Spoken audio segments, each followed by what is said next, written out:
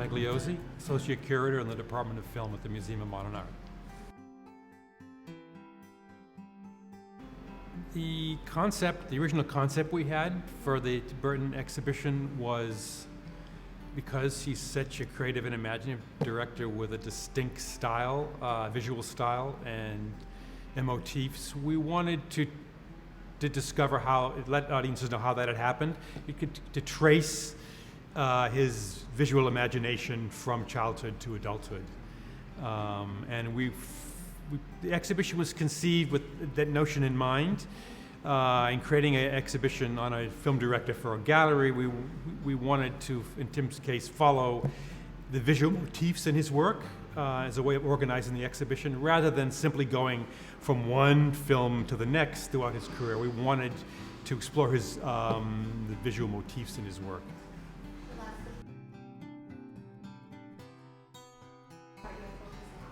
Yeah, I mean, that was how the show was organized in our mind. That was before we discovered that Tim Burton saved everything he had ever done in any medium, on paper in particular. So we started by going to the film studios and looking for whatever Disney might have or Warner Brothers might have that we could use in the show.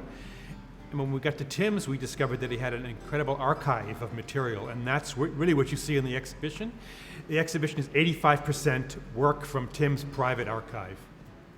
The most difficult thing for us was actually the moving image work, the work on film. I mean, there was a lost Tim Burton film called Hansel and Gretel, and it was a real challenge to find that, which we did, and I'm very pleased because that was the film with an all-Asian cast, and this is the first time it's being seen in an Asian country, so we're very excited, and there are Koreans in the cast, Japanese as well, so we're excited about that. And getting Tim to give us access to his early films that he made when he was a child, that was a very special thing. And for him, I mean, he was more comfortable having us have access to his works on paper.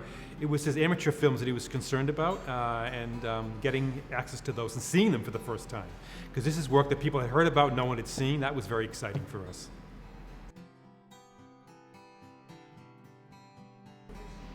The most popular with audiences?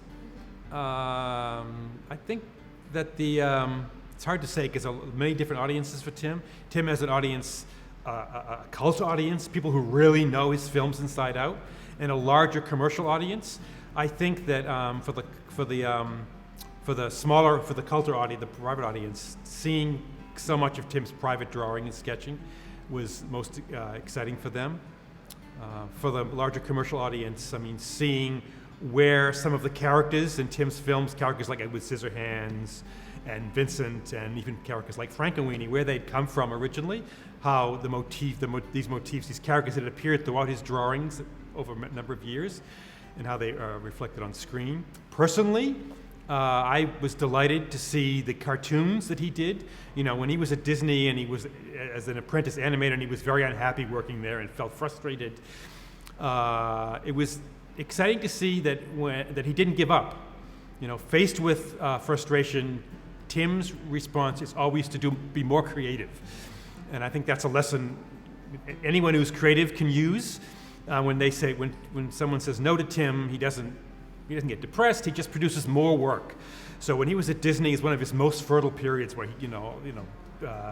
Romeo and Juliet and True Love and Trick or Treat and Hansel and Gretel and Vincent and Frankenweenie, and even Night Before Christmas, all come out of that period when he was an unhappy animator. So what you see what you'll see in the gallery is a collection of cartoons that he drew, just to exercise his creative energy, and they are a perfect blend of horror and humor, comedy and tragedy that he blended in his work. And that is a distinctive feature of all the work that he was to do later. But they're done on animation, registration animation paper. And when he was supposed to be doing other things, animating very cute characters, he was creating these kind of creepy, monstrous creations that are exciting to see, and I really like that. Because the Department of Film is in an art museum, rather than a museum of the moving image.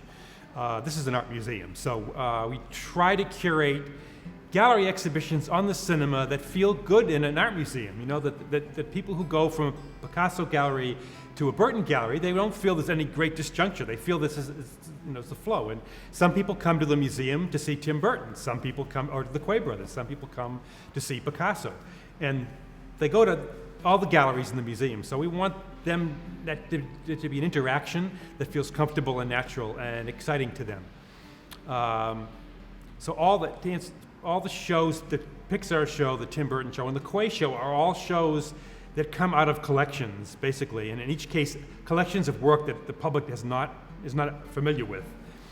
And that's perhaps my signature, because I began with collections, collection development, collecting work for the museum and the Department of Film, and I have an aptitude for collections, a feeling for collections. So after Tim Burton, they said, what might you do next? And I thought the Quay brothers have a lot of similar, as you said, to Tim.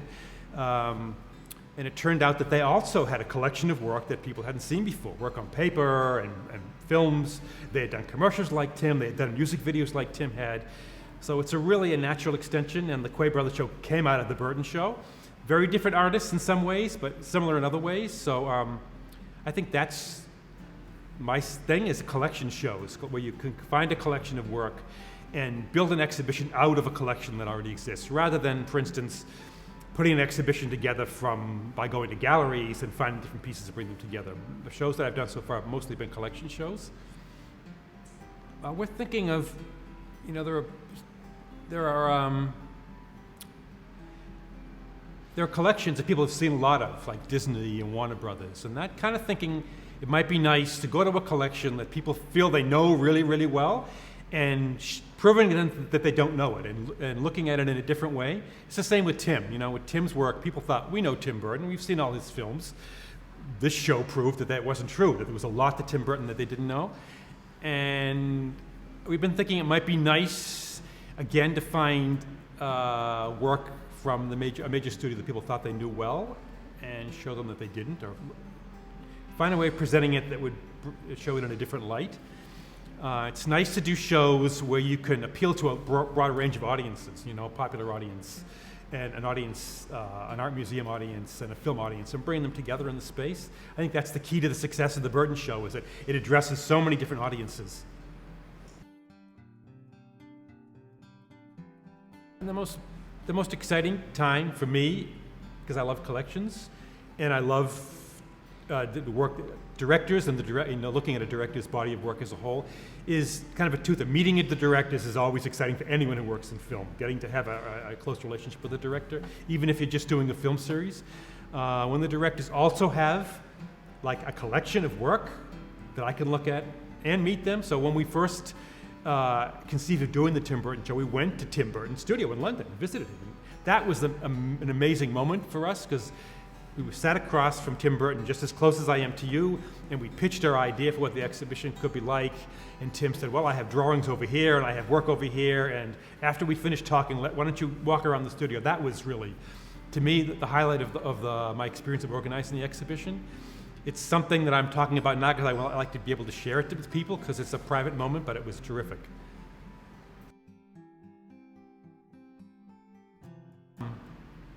What I hope Korean audiences will take away from the show, the thing about Tim's work is that it appeals to children and adults, and it appeals to children and adults with the same power. It isn't simply a matter of that. I mean, you can come to this work as mature adult work, or as children relate to it too. So that's an aspect that I hope that audiences will think about as they go through the exhibition. The relationship between a childhood and adulthood is a really important one for Tim. And even the way we display the work on the wall, we tried to address that. So some of the work is very low, and some of the work is very high, so that the adults have to crouch down to see it, and the children have to look up to see it. And we liked the physical relationship that people are going to have as they go through the show and look at the work on the walls.